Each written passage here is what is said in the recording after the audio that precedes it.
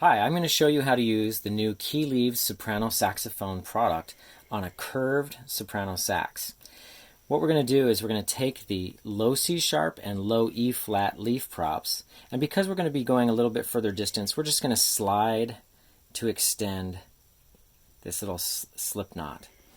And then we can come around the back side, open up the C sharp key like that, and then we'll take the larger low C sharp. You can see the bump on top and the little triangle on the bottom. The triangle is what locks down in.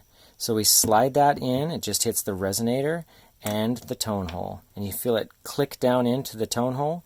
Once it's in the tone hole, it's safe and you can rotate however you need and it's not going to slide around and hurt your horn. And it does it without ever touching the pad leather. And then we can just come around to the E flat over here with the longer slip knot string that we did. I'm going to shift my hand so I hold this properly. Open up the E flat and same idea. Go in at the biggest point, drop the pressure down, and it will lock down into the tone hole. That's it.